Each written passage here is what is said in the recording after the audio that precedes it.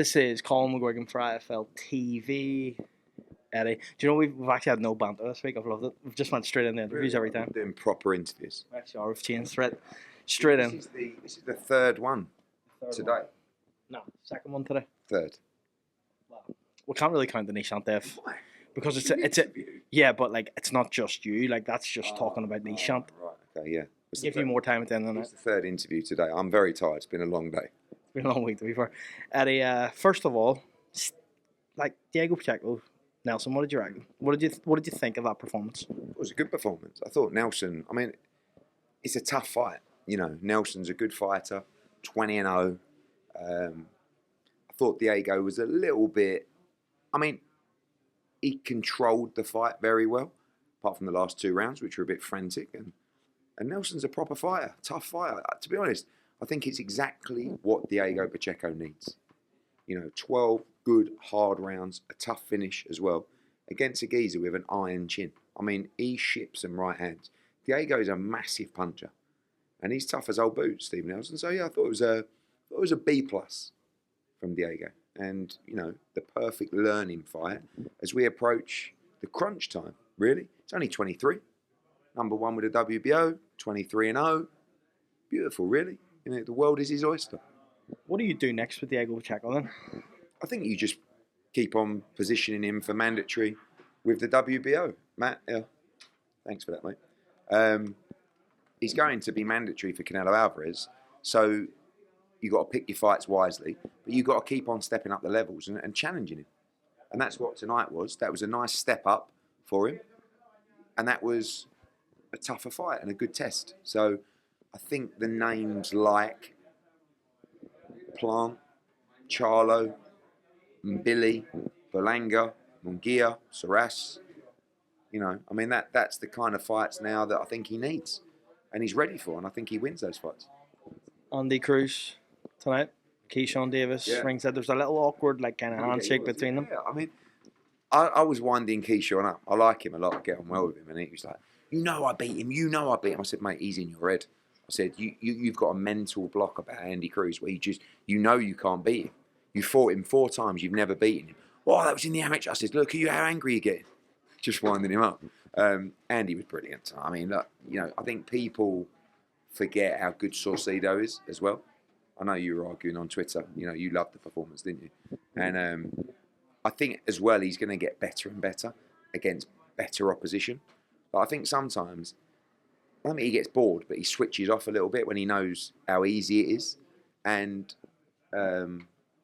just really, really good. Where do you move him from here, though? Because obviously IBF. If Loma retires, it's going to be Abdullayev against Murataya, well, it is anyway for the interim. And Andy's next in line. How far is the Keyshawn Davis fight away, though? That depends on Keyshawn Davis. Really. I mean, you know, Keyshawn Davis is going to fight Barancic, right? Easy fight. So he wins that and he becomes WBO world champion.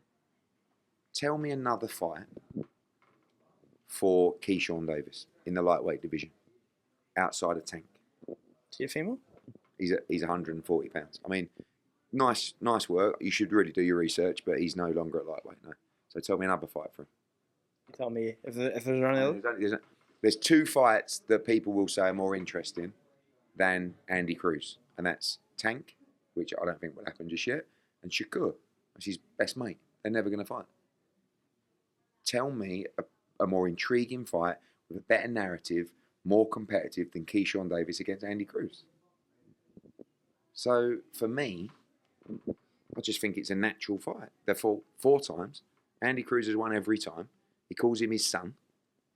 Like, the build-up's going to be great. And it's a brilliant fight. And listen, it's a 50-50 fight. Keyshawn's looking really good. And he's got great experience in the pros now. Andy's only had 5 fights. 5 fights Andy's had. He just beat Saucedo tonight. Moran last time. I mean, he's moving fast. And he's just a hell of a talent.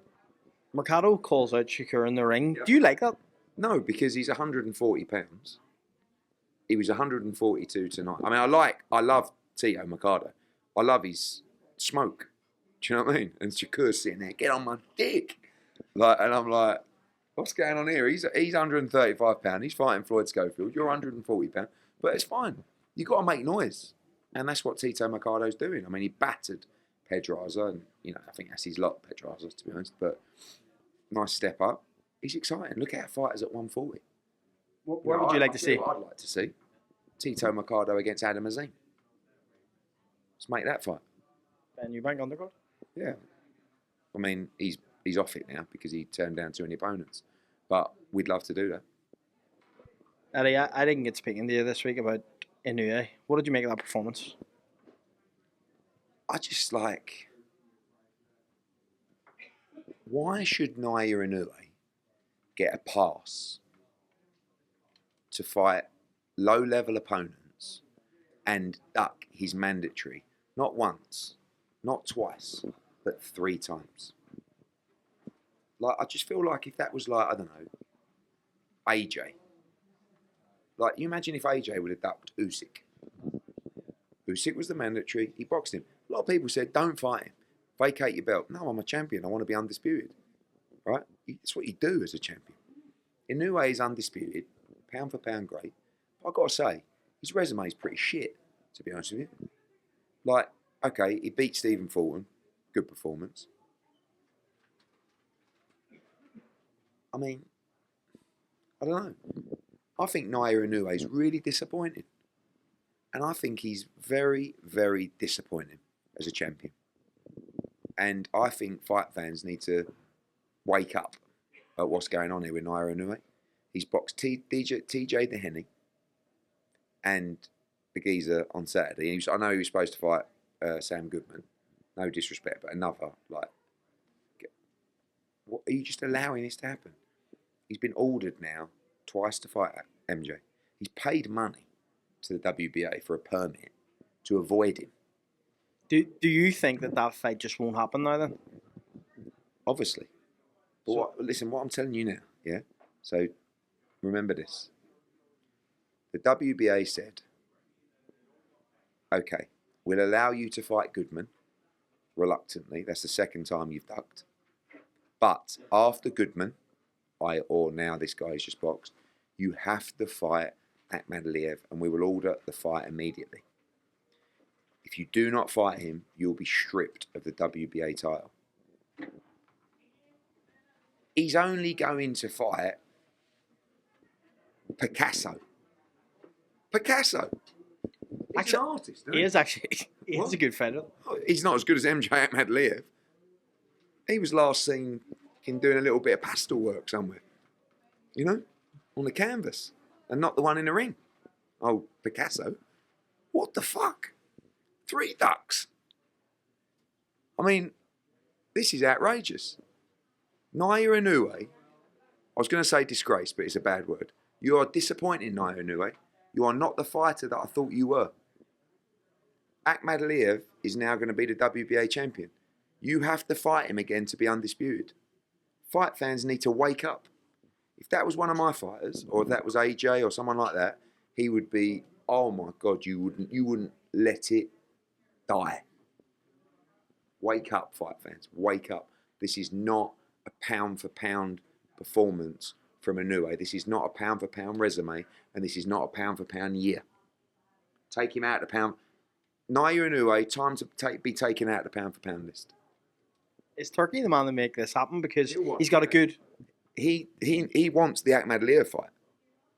He knows. He said to me, what is the best fight in the division for Inoue? I said, my man. Why is he not fighting him? I said, I don't know. So what's going to happen now is Inoue is going to fight Leonardo da Vinci in April or May, right? And then he's going to fight Andy Warhol. No, I'm joking. He's going to fight him in May, and then he's going to fight in Riyadh in December, right?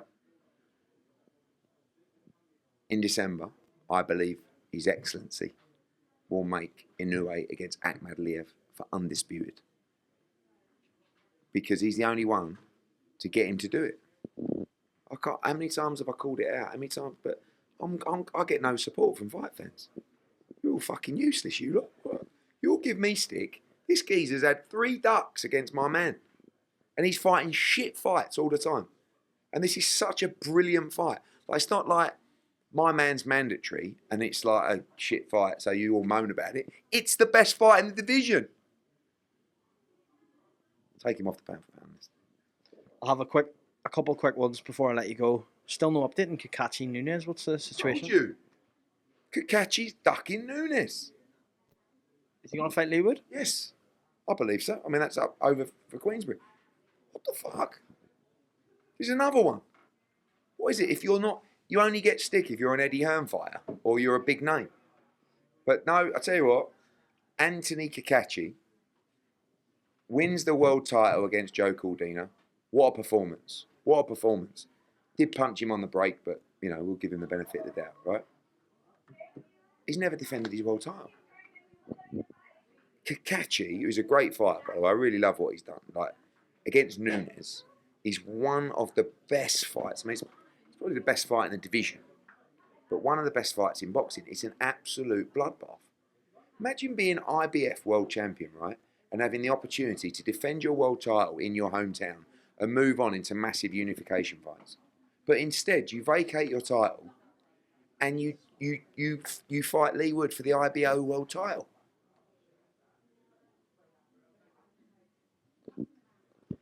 Right, well, we need to go. Great fighter. We need to. Great, I've said that.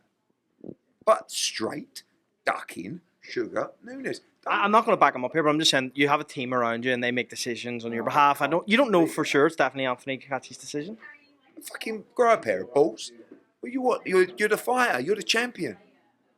The champion, the fighter at that level should be saying, no, I don't want to vacate my world title. I fought my whole life to become world champion. I want to unify the division. I want to fight all the other champions. I want to become undisputed. He can fight Sugar Nunes in Belfast, in his backyard. Is that a fact? Of course. Let's make it happen then. What do you tell him? But I called him out last time, and he bit, because he knew deep down he should be fighting Nunes. Anto Cacace's a real fighter. He knows he shouldn't be vacating that title. It's not on. But do me a favour. Stop fucking around and get on with it. Get on with it. Just give us the belt. Couple of quick ones. You speaking to Marco Verde? I have done. Not recently. Do you think that there's a possibility he'll come to Matchroom? Obviously, you've just announced Amari Jones, Nishan Dev. I don't know. I think he's talking to everyone. With the Ring and Riyadh season doing so many shows, what does that look for Matchroom shows, especially in like the US in April and May? Will we see? Obviously, we've seen Boots Stanionis, but anything else? Boots. I've just announced the biggest fight in America, Boots Stanionis. So we'll have. I mean, in terms of our shows in America, March the 8th, Puerto Rico. March the 15th, Orlando. April 12th, Philadelphia. Probably another one at the end of April. We'll have 4 shows in March and April. Last one. Shakur Stevenson interviewed tonight. He referred to you as the modern day Don King. He said that he thinks that you're the best promoter out there. What's it like hearing that from Shakur? I know you're all pally rapping to him tonight, ringside. To be honest, I mean, Don King was the greatest promoter that's ever lived till I came along.